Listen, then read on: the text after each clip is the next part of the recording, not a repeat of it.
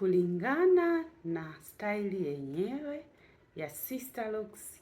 Ni staili ambayo inafaa sana kwa nywele zenye uwezo wa kushikana, na nywele hizi zenye uwezo wa kushikana ziko katika texture 4.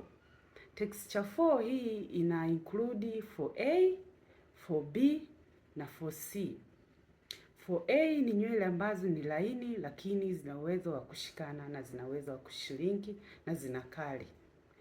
4B ni nywele ambazo zina ulaini kwa mbali lakini pia na zenyewe zina uwezo wa kushrinki na zina uwezo wa kushikana pia. 4C ni nywele ambazo ni ngumu, sio laini na zina uwezo wa kushikana zaidi kuliko 4A au 4B. Sisterlocks inafaa sana kwa watu wenye texture 4 ambao nimesema ni A, B na C. Na watu walioko kwenye texture hii ni Waafrika. Kwa hiyo Sisterlocks specifically inaweza kushika sana kwa Waafrika ambao nywele yao ina sifa za kushikana na kushrinki. Sisterlocks inafaa kwa hawa watu wote. Kinachoweza tu kuwatofautisha ni muonekano, kwamba mtu mwenye 4C na mwenye 4A au B wakiweka Sisterlocks mionekano yao haitofanana. Zote ni Sisterlocks, lakini kulingana na texture ya nywele, kulingana na ugumu na ulaini, zinakuwa na mionekano tofauti. Kitu kingine ni muda wa kushika nywele au kumachua. Mtu mwenye texture ya 4C ambao nywele yake ni ngumu sana, kipilipili kilichokomaa sana, yeye ana uwezo wa kuweka Sisterlocks na ikashika ndani ya muda mfupi kuliko mwenye nywele laini ambaye yuko kwenye 4A au 4B.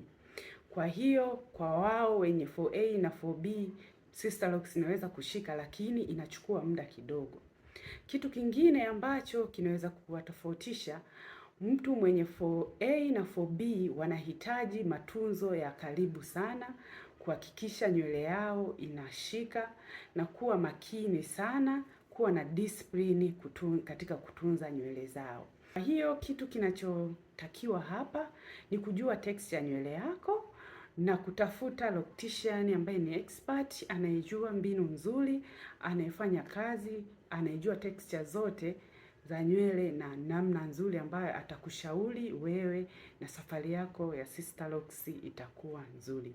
Kitu kingine ni commitment. Unahitajika uwe na commitment. Ukishaweka Sisterlocks ujue kwamba umeanza safari ambayo sio ya muda mfupi, ni ya muda mrefu. Katika huo muda wote unatakiwa kuhakikisha kwamba una take care nywele yako. Ikifika muda wa kulipea, fanya repair kama inavyotakiwa ili kuhakikisha safari yako ya Sisterlocks inakuwa vizuri.